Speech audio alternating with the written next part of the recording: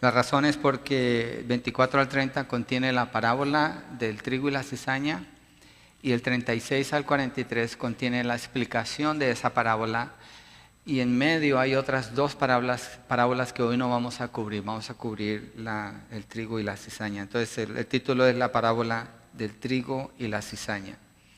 Y dice así el texto. Jesús le refirió, voy a leer de la Biblia de las Américas. Jesús le refirió otra parábola diciendo: el reino de los cielos puede compararse a un hombre que sembró buena semilla en su campo. Pero mientras los hombres dormían, vino su enemigo y sembró cizaña entre el trigo y se fue. Cuando el trigo brotó y produjo grano, entonces apareció también la cizaña.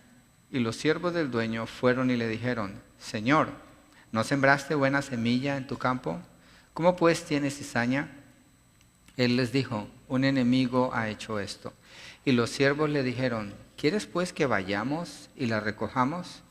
Pero él dijo: no sea que al recoger la cizaña arranquéis el trigo junto con ella.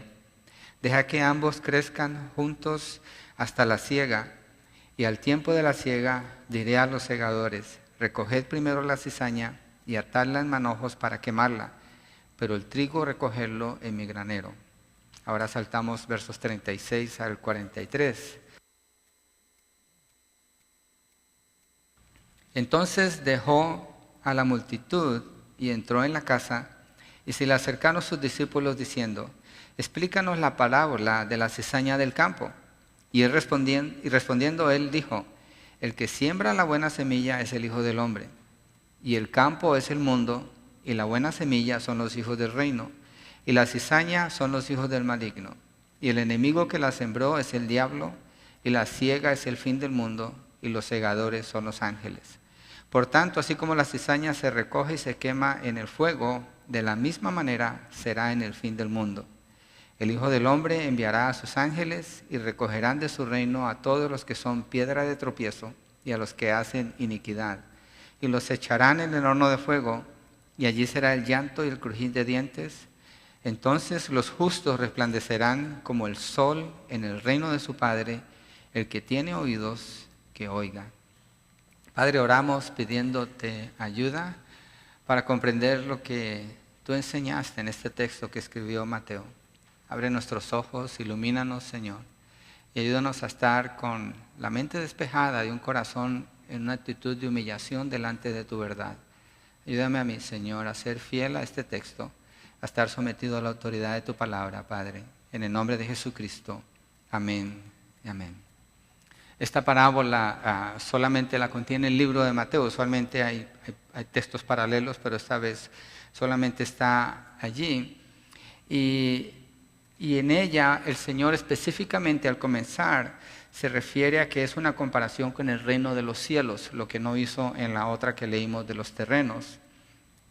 Pero en el verso 11, entre una parábola y otra, los discípulos le habían preguntado por qué enseñaba en parábolas después de que el Señor Jesús enseñó la parábola de los 4 terrenos. Y la respuesta que Él les dio a ellos es que las parábolas contienen los misterios del reino de los cielos, que le ha sido concedido a ellos ser revelados. Entonces el tema principal que contienen las parábolas es el reino de los cielos, los misterios del reino de los cielos. Y en la mente de los judíos, eso era lo que había para ellos, el reino. Su pregunta principal siempre era acerca del reino. Su expectativa principal era acerca del reino de Dios. Y Dios en el Antiguo Testamento ha hablado acerca del reino que le prometió a la nación de Israel, la nación escogida. Lo hizo de muchas maneras, a través de los profetas, a través de el rey David, lo hizo antes a través de Abraham. Dios puso antes de eso a Adán en el Edén para que Adán gobernara o administrara la creación de Dios o el reino que Dios puso aquí en la tierra. Obviamente Adán cayó en pecado, Satanás entró como el enemigo de Dios y ha estado activo desde entonces interviniendo para oponerse al reino de Dios aquí en la tierra. Pero Dios siempre ha tenido un plan, siempre ha tenido una persona. Tuvo a Noé, a Abraham, a Jacob, a José, a Moisés, los jueces, los sacerdotes, los profetas, los reyes, el rey David en especial, por medio de quienes ha firmado el pacto y las promesas del reino a la nación de Israel. El Mesías fue anunciado como el rey venidero en el Antiguo Testamento. Y los judíos esperaban a este rey, esperaban a este Mesías para que viniera a establecer el reino de Dios aquí en la tierra. Y cuando llegamos al libro de Mateo, el que escribió el Evangelio de Mateo, se dedica a demostrar que Jesús es el rey. Lo hemos visto en todo el proceso de lo que hemos estado estudiando, desde el anuncio del bebé, cuando nace como un bebé, cuando crece, todo lo que sucede con el Señor Jesucristo. Y el Señor Jesús, cuando empieza a predicar, anuncia el reino. Inmediatamente empieza a anunciar el reino y llama a las personas para que se arrepientan. Hace milagros, prodigios y demuestra que el reino está entre ellos, porque el rey está allí. Después, con las parábolas, vimos cuando estábamos viendo la explicación de las parábolas, es una forma de juicio que el Señor da para Israel por su incredulidad. Porque ellos conocen la ley, conocen los profetas, ellos tienen a Jesús mismo delante de ellos, han visto los milagros, han visto los prodigios, han escuchado el mensaje, pero han cerrado el corazón. Entonces, ya Jesús no les habla abiertamente, sino que encubre, acuérdense las parábolas, encubren y revelan, tienen dos propósitos. Y para ellos queda encubierto el mensaje y queda abierto para los que quieren oír, para el que tiene oídos. Eso es los discípulos del Señor. Y los judíos esperaban este reino. Rechazaron a su rey porque no llenaba las expectativas del reino. El problema con Israel es que formaron su propia expectativa del reino, su propio ideal del reino. Lo formaron en su mente y en su corazón. Y Jesucristo no cabía en ese reino, entonces rechazaron a su rey. ¿Sí? Se habían olvidado de las profecías, se habían olvidado de lo que dice Ezequiel 36, Jeremías 23 y muchos otros textos donde Dios afirma que Él va a cambiar el corazón de Israel, es decir, los va a llevar al arrepentimiento para que puedan obedecerlo y cumplir su ley, y eso viene a través del sufrimiento de Jesús en la cruz. Sigue la narrativa en la Biblia y Jesús, después de su muerte y su resurrección, dice la palabra que por 40 días, Hechos 1:6 dice que por 40 días el Señor, después de resucitado, anduvo con los discípulos y les enseñó acerca del reino. Ellos aprendieron más acerca del reino. Alguien dice, pero es que no tenían al Espíritu Santo, no podían entender. Bueno, si leemos Lucas, al final casi, cuando van de camino de Emaús, dice la palabra que Jesucristo les abrió el entendimiento cuando les narró cómo las Escrituras hablaban de Él en el Antiguo Testamento. Entonces ese mismo Jesús está hablando con ellos 40 días después de resucitado acerca del reino, en Hechos 1:6. Entonces el tema principal que entramos a conocer con las parábolas es el reino. Importante tener esto en mente cuando estamos hablando de las parábolas. En la parábola anterior, Jesús enseñó acerca de los 4 terrenos donde el sembrador tira la semilla. Y dice que solamente un solo terreno recibe bien la semilla porque es terreno fértil y da fruto al 100, al 60 y al 30 por uno. ¿Sí? Entonces, cuando está narrando eso, Jesucristo está hablando del periodo del reino entre su primera venida y su segunda venida. El reino de Dios tiene varios periodos. Entre la primera venida del Señor, es decir, cuando está allí enseñando, y cuando venga. Ese periodo es el periodo de los gentiles, en realidad, porque Israel lo rechazó a Él como rey. Entonces, lo que Él está narrando es lo que sucede durante ese periodo. La segunda parábola va un poco más allá de lo que habla la primera. Y la primera habla de la respuesta al Evangelio, la segunda habla de qué pasa con los que no creen, esta que vamos a estudiar el día de hoy. ¿Qué pasa con los que no creen en este periodo entre la primera y la segunda venida del Señor al tiempo final? Entonces, vamos a ver 3 puntos en esta parábola. La manera como lo voy a estar explicando, el primer punto es la narración de la parábola, el segundo es la explicación de la parábola y el tercero es la aplicación de la parábola. El tercer punto, la aplicación, viene junto con el segundo. Es decir, cuando estés dando la explicación de la parábola, voy a estar dando la aplicación también de la parábola para que no piensen al final, se le olvidó el tercer punto. Ahí están los tres. Entonces vamos con el primero, la narración de la parábola. Vamos a mirar qué enseñó Jesús y específicamente de qué está hablando antes de la explicación. Dice versos 24 hasta el 30.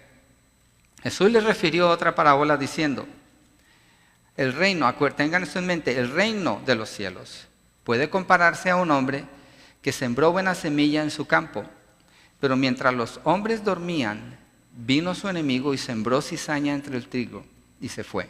Cuando el trigo brotó y produjo grano, entonces apareció también la cizaña.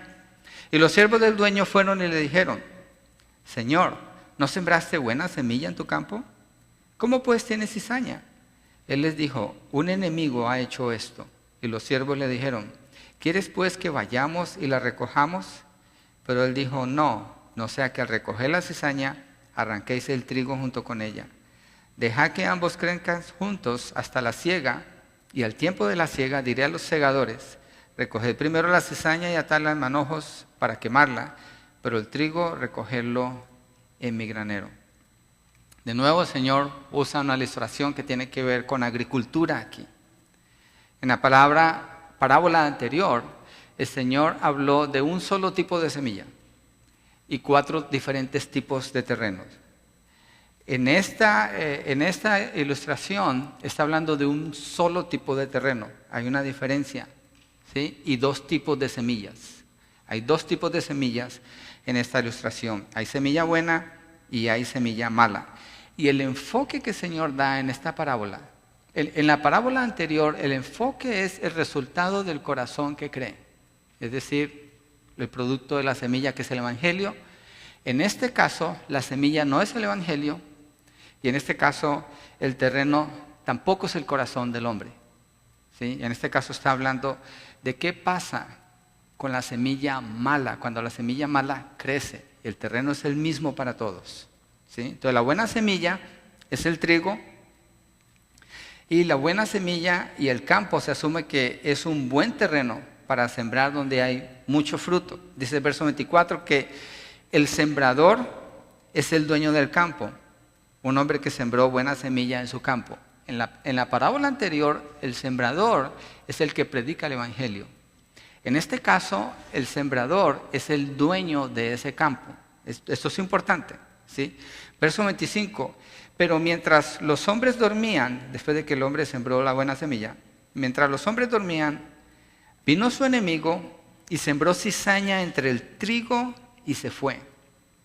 En la noche cuando todos dormían, la gente ya no está trabajando, están cansados, están descansando, y el enemigo del dueño del campo viene a escondidas como un traidor y siembra semilla mala en todo el campo. Cuando nadie lo puede ver, parece que es un hombre que quiere tomar venganza del dueño del campo. Leyendo un poco acerca de este tema, históricamente en ese tiempo era muy común cuando alguien quería cobrar venganza de otra persona, eran enemigos. En la noche, después de que el terreno había sido labrado, que estaba listo para la semilla o que apenas se había puesto semilla, alguien en la noche venía y ponía semilla mala, que era cizaña. Y al hacer eso, como no se notaba la diferencia de crecer, arruinaba completamente a esa persona, porque de ahí dependía todo su sustento. Era tanto el problema que los romanos hicieron una ley para castigar a los que hacían este tipo de maldad. Así que la cizaña que sembró el enemigo es una maleza. No sé si han visto la cizaña, pero el trigo cuando crece y cuando crece la cizaña, cuando crecen juntos, no se nota la diferencia. No se puede diferenciar mucho, es difícil. Yo estoy mirando algunas fotos, yo no he sido agricultor nunca, pero estaba mirando unas fotos para comparar. Y la verdad que es bien difícil distinguir quién es quién entre el trigo y la cizaña. ¿Sí? Entonces, el daño que se hace con eso es que crecen juntos. Y no se dan cuenta que hay cizaña hasta que empieza a brotar ya. Ya es demasiado tarde. El verso 26 dice, cuando el trigo brotó y produjo grano, entonces apareció también la cizaña. Y los siervos del dueño fueron y le dijeron: Señor, ¿no sembraste buena semilla en tu campo? ¿Cómo pues tienes cizaña? Ok, está hablando del Señor que sembró, el enemigo que puso cizaña. Ahorita está hablando de los siervos del dueño. Es importante tener en cuenta, yo no estoy explicando el significado de la parábola, estoy explicando solamente la parábola ahorita. Pero es importante los personajes que está introduciendo el Señor para entender la explicación. Acuérdese, el dueño del campo, el enemigo, y ahorita vamos con los siervos del dueño, ¿sí?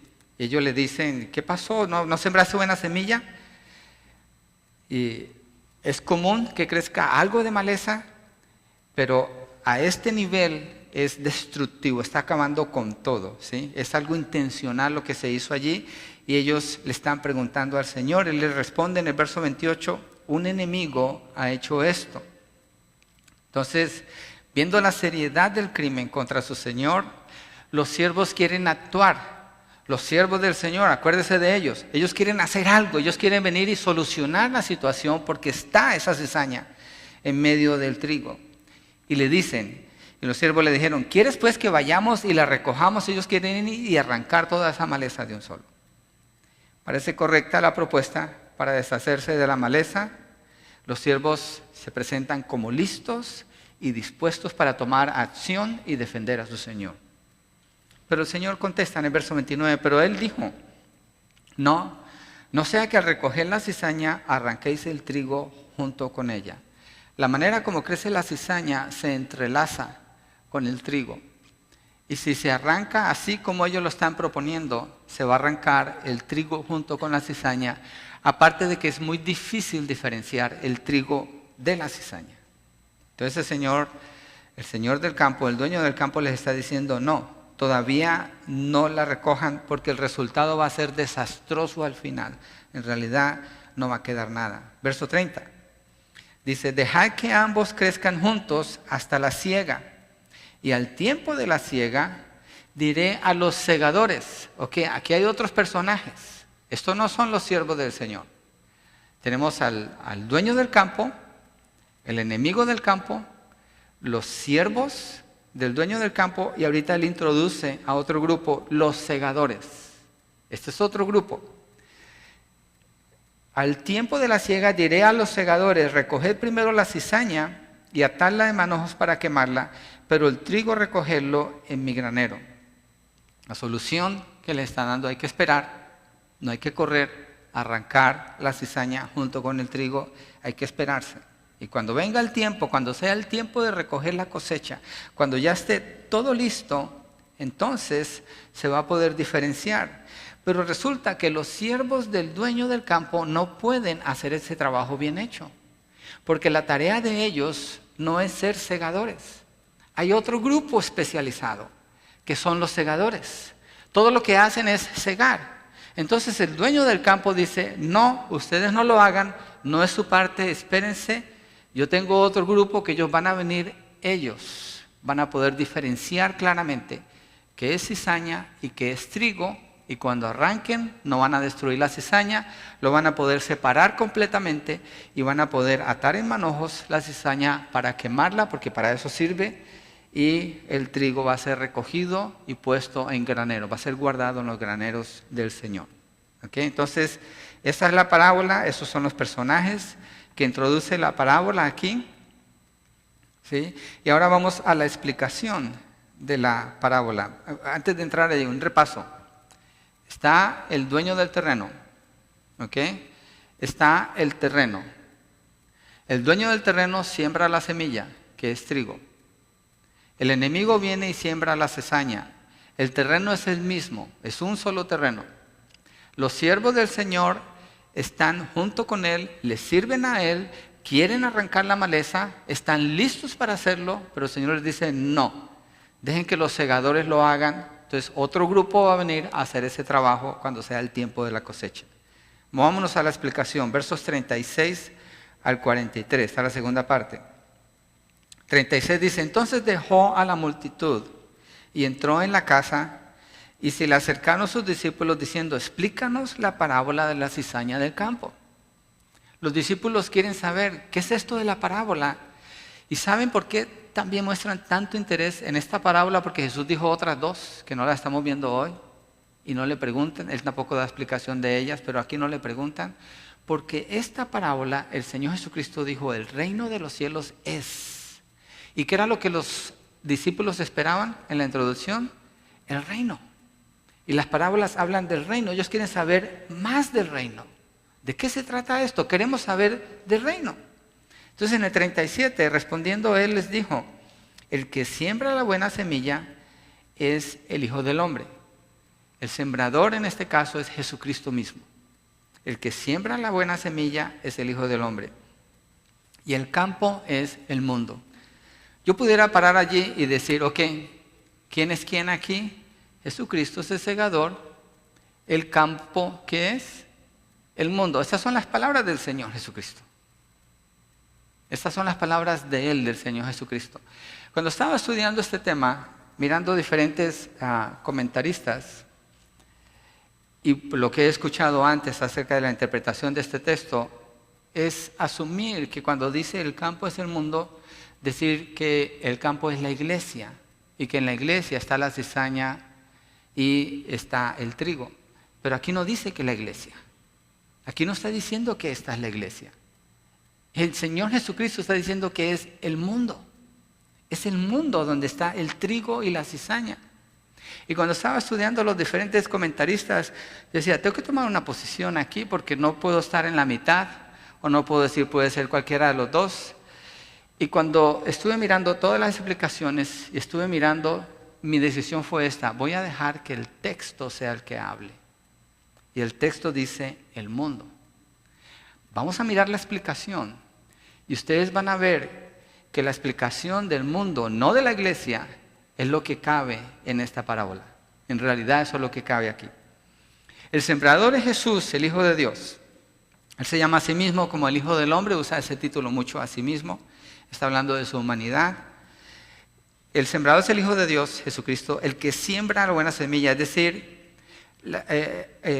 cuando está sembrando la buena semilla, está hablando de personas, no del mensaje. Acuérdese, son personas, ahorita lo vamos a ver por qué. Y donde está sembrando a estas personas es en el mundo. El campo es el mundo. No está hablando de la iglesia, se refiere al mundo en general. Esta es una ilustración de la iglesia en el mundo. No la iglesia separada, sino la iglesia en el mundo. ¿Sí? El campo es el mundo. La ilustración no es de la iglesia y como el mundo crece adentro de la iglesia, pero al contrario, como la iglesia está entre el mundo. El campo es el mundo, es la manera como Jesús interpretó la parábola, lo vamos a dejar así. Dios es el creador. Dios es el dueño del universo, incluyendo al mundo y a todos los que están en él. Cada persona, esto para explicar por qué el mundo, cada persona está sujeta a la ley de Dios. Cada persona que vive en el planeta Tierra, no importa lo que esa persona diga. Si esa persona dice, no creo en Dios, no importa. Dios creó a esa persona. Y Dios ha establecido una ley que gobierna a toda la humanidad. Parte de la humanidad ignora esa ley, parte de la humanidad obedece esa ley y todos son medidos bajo el mismo estándar. No hay diferencia. Dios no hace acepción de personas. Todo el mundo le pertenece a Él y todo el mundo es juzgado por Él. Así que está hablando del mundo. La buena semilla, dice, son los hijos del reino y la cizaña son los hijos del maligno. Solamente hay dos tipos de personas en la tierra.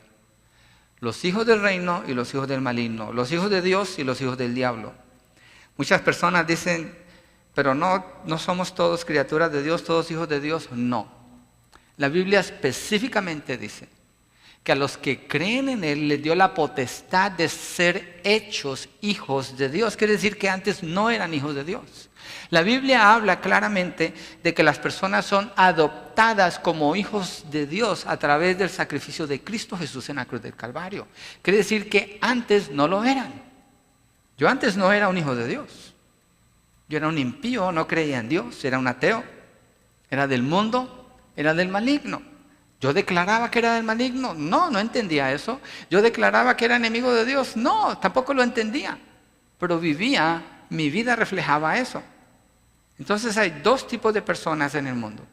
Los hijos del reino, los hijos de la cizaña, del maligno, que es la cizaña, representa la cizaña. Entonces los hijos de Dios son los que Él salva. Todos ellos dan fruto que glorifica a Dios. Todos ellos son la luz del mundo, son la sal de la tierra. Testifican de la verdad de Dios con sus vidas transformadas. Son gente diferente. Ellos son fieles al Rey y viven de acuerdo con el estándar del Rey, que es la palabra, la Biblia.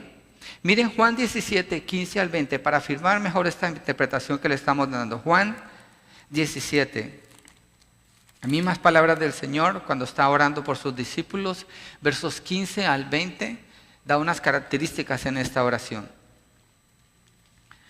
Y dice así el Señor Jesucristo en el verso 15, orando por sus discípulos. Está orando al Padre: no te ruego que los saques del mundo. Acuérdese, el terreno en la parábola es el mundo. Sino que los guardes del maligno. ¿Quién siembra la cizaña? El maligno. 16. Ellos no son del mundo, es decir, los hijos del reino, como tampoco yo soy del mundo. Santifícalos en la verdad, tu palabra es verdad.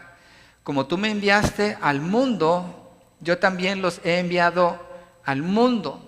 Entonces la semilla que está hablando la parábola es los creyentes que Dios está sembrando en el mundo, los está enviando al mundo. Pero afirma, no son del mundo. No te ruego que los quites del mundo, pero que los protejas. Coincide con lo que Jesús está diciendo. No recojan la cizaña, dejen que crezcan juntos. En el tiempo de la cosecha le voy a decir a los segadores que hagan ese trabajo. Entonces el que siembra la semilla, en esa parábola es Jesús. Las semillas son los hijos del reino, los que son salvos.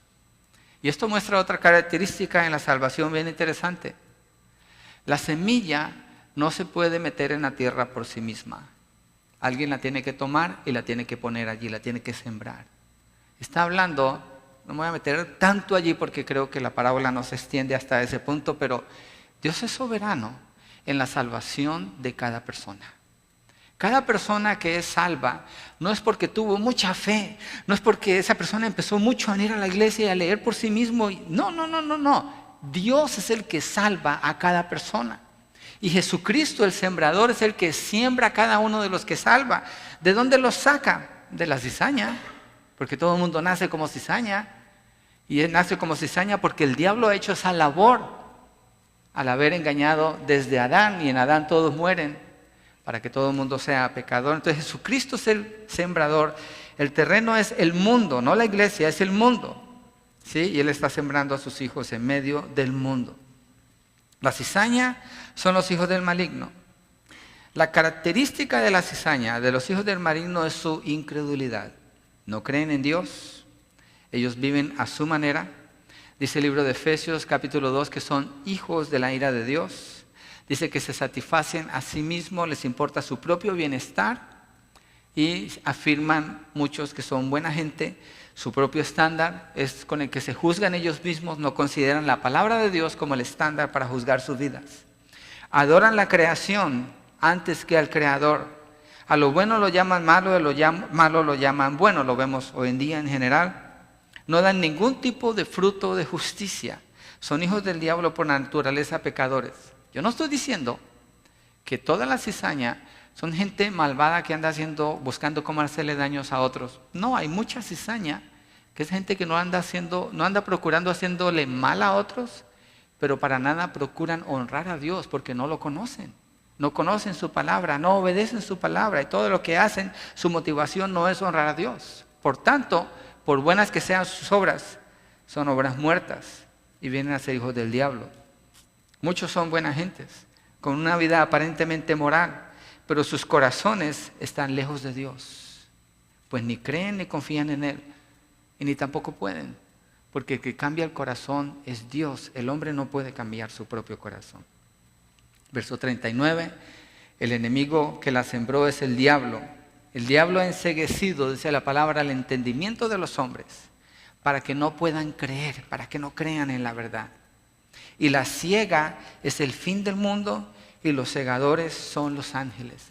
Entonces el trigo y la cizaña en el mundo están creciendo juntos. Los creyentes van a trabajar y trabajan con gente que no son creyentes. Los creyentes van en medios de transporte donde comparten con gente que no ama a Dios.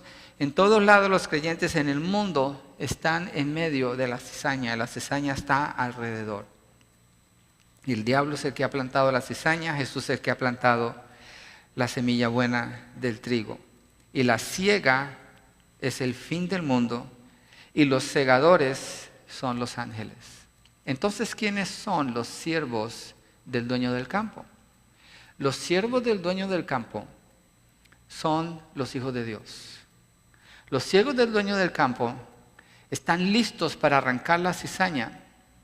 Si se fija, hay una porción donde la palabra habla de Juan, el apóstol Juan, cuando el Señor está discipulándolo en Mateo capítulo 10.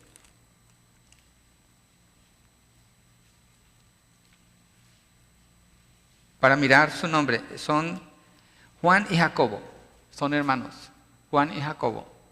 El Señor Jesucristo va y predica con los samaritanos, son cizaña, si usamos la parábola. Los samaritanos no creen en Jesús. Y Juan y Jacobo, ¿qué le dicen al Señor Jesús? Señor, ¿quieres que pidamos que descienda fuego del cielo y los consuma en este momento? Ellos quieren acabar con los que no creen. ¿Qué quieren hacer los siervos del Señor? Señor, ¿quieres que vayamos y arranquemos la cizaña? El Señor dice, no, todavía no, y ustedes no. ¿Qué quiere decir esto? Los siervos del Señor son los creyentes. Los siervos del Señor no tienen la tarea, de acuerdo a las Escrituras, en ninguna parte de juzgar al mundo. Los siervos del Señor, es decir, la iglesia del Señor, no tiene la tarea, cuando está en el mundo, para juzgar al mundo. Eso no se lo ha dado Dios a la iglesia. Los siervos del Señor, la iglesia, no puede decir, tú te vas al infierno y tú te puedes ir al cielo. No. A la iglesia no le pertenece ningún juicio hacia el mundo. ¿Quiere decir que la iglesia nunca pueda denunciar algo que es pecaminoso o mal? Debe de hacerlo. Pero por la razón de mostrar compasión y misericordia para que esas personas sepan el error en que se encuentran, pero no para juzgarlas, no para condenarlas. ¿A quién le pertenece el juicio? A los ángeles en el tiempo final. La siega es el tiempo final. Entonces el trigo y la cizaña van a seguir creciendo juntos hasta que llegue el fin del mundo. Y cuando sea el fin del mundo, entonces el Señor le va a decir a sus ángeles que vengan y recojan la cizaña, la pongan en manojos y la tiren al fuego. Y al trigo, que es la iglesia, que la lleven a su granero, a su presencia, a estar eternamente con Él.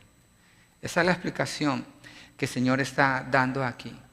La iglesia, en medio de la cizaña, debe permanecer fiel, obedeciendo al Señor, proclamando la verdad del Señor al mundo, a la cizaña, porque ellos necesitan conocer de la verdad. Ellos no necesitan ningún juicio de la iglesia. Ellos necesitan la compasión, el amor y la verdad de la iglesia del Señor.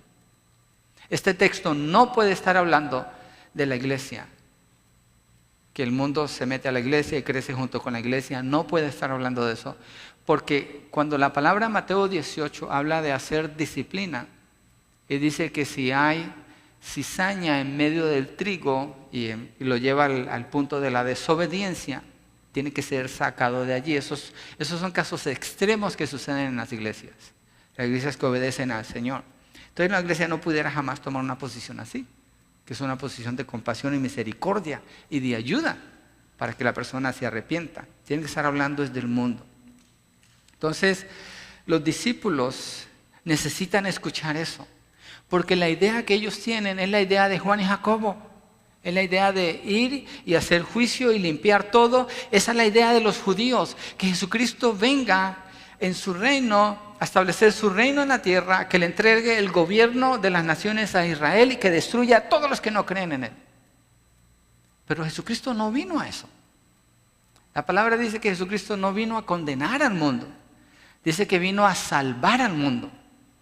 Ahora la parábola se extiende hasta el final donde hay un juicio. El juicio viene. El tiempo se acorta. El tiempo de la gracia se está acortando cada vez más. La venida del Señor es inminente. El tiempo del fin es inminente. Y los que no dan fruto en el reino de Dios afirma que el Señor va a llamar a sus ángeles para que los arranquen y los quemen. Es decir, van a ser lanzados al lago de fuego. Verso 41 dice, el Hijo del Hombre enviará a sus ángeles y recogerán de su reino a todos los que son piedra de tropiezo y los que hacen iniquidad. Aunque de acuerdo a su propio estándar piensan que no es tan mal, el Señor lo llama mal porque no se parece a su palabra. Y son piedra de tropiezo. Y dice que los echarán en el horno de fuego.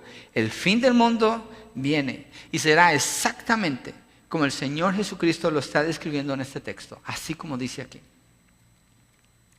Todo lo que le queda a la cizaña o a los incrédulos es sufrimiento eterno. Un tormento continuo donde por siempre permanecerán en un estado de llanto y de espanto ante la ira continua de Dios contra ellos. Cada uno recibirá de acuerdo a sus obras. Mire 2 de Tesalonicenses 1, versos 7 al 9. 2 de Tesalonicenses 1, versos 7 al 9, donde el apóstol habla acerca de la venida del Señor con sus ángeles. Dice verso 7, y daros alivio a vosotros que sois afligidos y también a nosotros cuando el Señor Jesús se ha revelado desde el cielo con sus poderosos ángeles en llama de fuego. Este es el fin del mundo, este es el tiempo de la siega que habla la parábola. Dice, dando retribución a los que no conocen a Dios y a los que no obedecen al evangelio de nuestro Señor Jesús. Ni conocen ni obedecen. Hay gente que dice, yo soy cristiano. Tú le preguntas, ¿leíste la Biblia? Es que no tengo tiempo, estoy muy ocupado.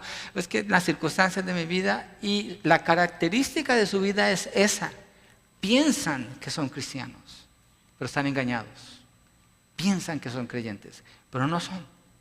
Porque aquí dice que Dios va a dar retribución a los que no obedecen el evangelio. Una persona que no conoce la palabra de Dios no puede obedecer a Dios porque no sabe qué obedecer. Y dice verso 9 que les espera a ellos. Estos sufrirán el castigo de eterna destrucción, excluidos de la presencia del Señor y de la gloria de su poder. La presencia del Señor y la gracia común que disfrutamos todos ahora tiene que ver con que Dios nos permite ver el sol, Dios nos permite tener lluvia, el aire. Salimos a lugares y vemos a otras personas, nos saludamos, tenemos la esperanza de superar las enfermedades, superar las dificultades, pero este castigo, y eso es por la misericordia de Dios, este castigo que habla aquí Pablo en 2 de Tesalonicenses, no tiene fin. Es un pozo profundo, como lo describe la palabra, sin fin.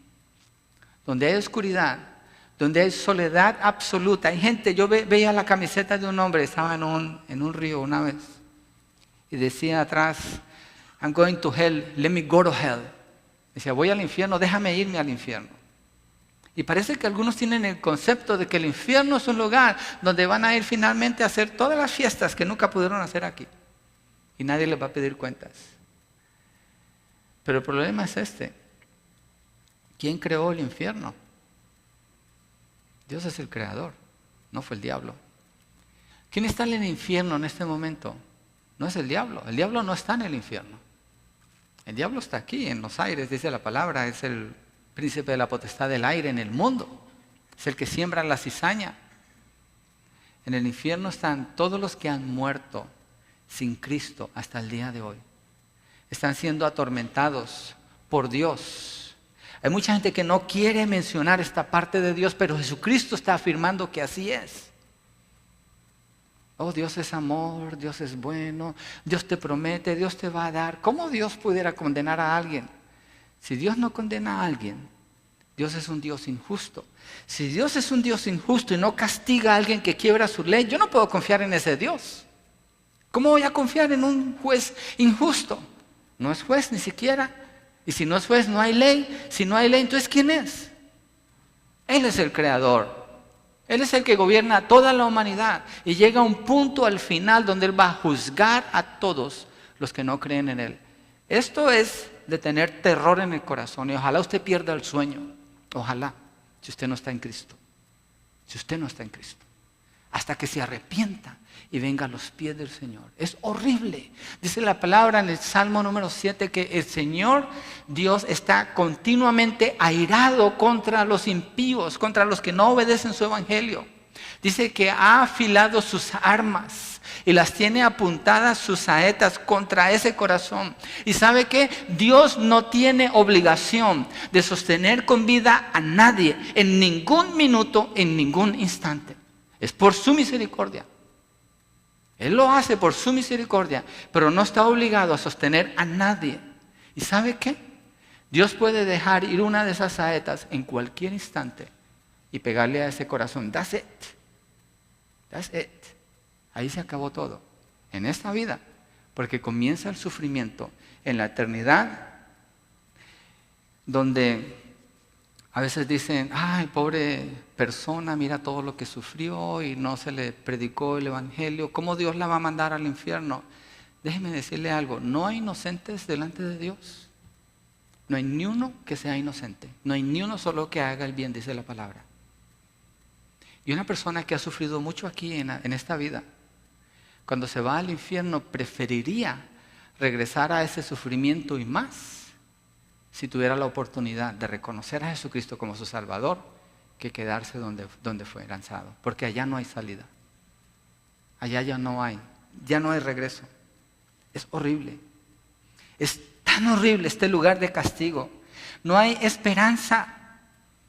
No hay nada de luz. No hay nada en el futuro. Solamente sufrimiento por toda la eternidad. Y dice la palabra que después del reinado milenial viene la segunda muerte. Cuando son resucitados, esos que están en el infierno, reciben su cuerpo mortal donde vivieron, son resucitados, son juzgados ante el trono blanco y viene la segunda muerte, donde son pasados del infierno al lago de fuego, un lugar que es peor todavía.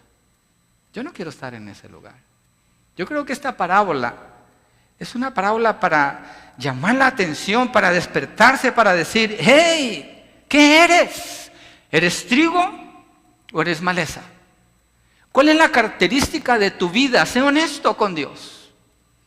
Y si tú deduces que eres cizaña, clama a Dios. ¿Por qué quieres ir a un lugar donde afirma el Señor Jesucristo que será llanto y crujir de dientes? Para que una persona cruja sus dientes, tiene que estar en una situación muy horrible, de espantosa. Y aquí no dice que de vez en cuando va a llorar. Aquí no dice que de vez en cuando va a crujir sus dientes.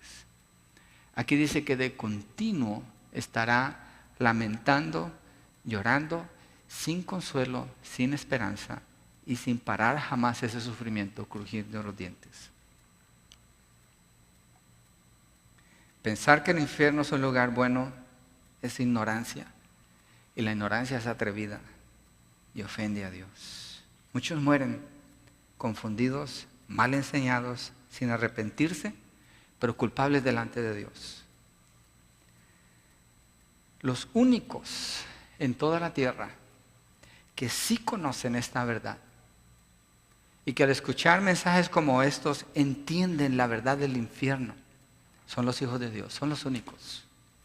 Son los únicos que no ignoran el mensaje del infierno. ¿Qué tiene que ver esto en la aplicación para la iglesia? Conocer la verdad del infierno. El creyente no tiene nada que ver con el infierno, no le espera el infierno, no hay castigo, ya ha sido justificado delante de Dios, ya es libre de todo pecado y de toda condenación. Tiene la promesa de la vida eterna, de vivir para siempre con el Señor. Pero si el creyente, mire, si usted no entiende el infierno, seguramente usted no está en el Señor. Porque si usted entiende el infierno, y usted mira a la persona que no es salva, usted va a llorar por esa persona. Usted le va a doler en su corazón y usted va a clamar delante de Dios: Señor, no permitas que se vaya al infierno. Abre sus ojos, permítele conocer la verdad. Y tal vez esa persona le maltrata a usted y le rechaza, y usted llora más por esa persona, por la dureza de su corazón, y clama más delante del Señor. Esos son los siervos del Señor. No les corresponde juzgar, sino clamar, amar, tener compasión, decirles la verdad, llamarlos al arrepentimiento. Los ángeles vendrán en el tiempo del Señor y allí ya no habrá más esperanza para nadie. Pero mientras tanto la iglesia tiene una labor que cumplir. Y no podemos tomar la posición que los discípulos tenían hasta este punto con el Señor Jesucristo. Ni tampoco podemos tomar la posición de que fuimos sembrados para estar dentro de un edificio. Fuimos sembrados en el mundo. No somos del mundo. Y Jesucristo está orando por nosotros. Que el Señor no nos saque del mundo, pero que nos proteja del maligno, para que nosotros en el mundo seamos luz en medio de las tinieblas. Llevemos el mensaje de la palabra, llamamos a los que no creen a que se arrepientan, que vengan a Cristo Jesús, sean libres completamente. Y en el verso 43 dice: entonces los justos resplandecerán como el sol en el reino de su Padre. Es completamente opuesto a lo que esperan el fin del mundo a los que no creen. Todas las promesas de Dios son para los que son sus hijos. No habrá lágrimas, no habrá enfermedad, no habrá llanto, no habrá dolor, no habrá muerte. El pecado ya no va a estar presente para nada. No habrá maleza ni enemigo que se oponga a la verdad. Los justos resplandecerán como el sol en el reino de su Padre. Yo recuerdo a mi hermano Adolfo, que falleció unos años atrás. Y cuando me acuerdo de él, digo: Señor, no me siento triste cuando me acuerdo de él. Me siento consolado y fortalecido porque sé dónde está. Fue un hombre que se dedicó a servirle al Señor. Esa es la esperanza que Dios da. Ese es el futuro para el creyente. Pablo dice: para mí el vivir es Cristo y el morir es ganancia. El creyente tiene todas las bendiciones, todas las promesas de Dios. Por eso es injusto y falta de compasión presentarle las promesas de Dios a alguien que no cree en Cristo Jesús. Lo está maldiciendo. Hay gente que quiere hablarle de las promesas de Dios a los que no creen. Digo yo: ¿cómo pueden hacer eso? ¿Que no consideran que están empujándolo un poco más al infierno? Ellos necesitan saber que Dios no tiene ninguna bendición. Dios no tiene ninguna promesa. Hay maldición. Dios está contra ellos. Dios los puede acabar en un instante si Él quiere. Y no tiene ninguna obligación con ellos. ¿Por qué hablarles de las promesas? Jesucristo está haciendo la diferencia muy marcada aquí. Y está diciendo que viene para la cizaña y que viene para el trigo. Hay que hablar la verdad, hacerlo con compasión, con una motivación correcta en el corazón. Mateo 24:31 dice: y Él enviará a sus ángeles con una gran trompeta, y reunirán a sus escogidos de los cuatro vientos, desde el extremo de los cielos hasta el otro. Esa es la segunda venida del Señor. El Señor Jesucristo no desciende aquí a la tierra. Dice la palabra que viene en las nubes. Envía a sus ángeles para recoger a su iglesia, para que se reúnan con Él en las nubes. Eso es lo que dice. Esa parte del reino, para después establecer el reinado milenial aquí en la tierra. Y termina diciendo: el que tiene oídos, que oiga. A usted le queda. ¿Qué decisión toma frente al mensaje? Si ha escuchado, si ha entendido, tome acción. Clame a Dios si usted es cizaña. Si usted es trigo, muestre compasión. ¿Sí? Hay una distinción que Dios hace, es clara, es obvia. Hay una persona que escribió un poema, se llama Mary Bradshaw. Quiero cerrar con ese poema. Dice: los campos se llenaron de trigo brillante y bueno, pero también creció cizaña, esparcida por el enemigo fiero. Discordia sembró, con odio y división la regó. Los ángeles no podrán sacarla hasta el final, pues sus raíces entrelazadas están en el mundo del trigal. Si se sacara, daño hará al trigo precioso y bueno dañará. Pacientemente esperamos, Señor, a que recojas tu cultivo, nos apartes del enemigo y nos lleves al cielo contigo. Creo que muy apropiado es inspirado en la parábola del trigo y la cizaña. ¿Por qué no nos ponemos de pie y cerramos con una oración?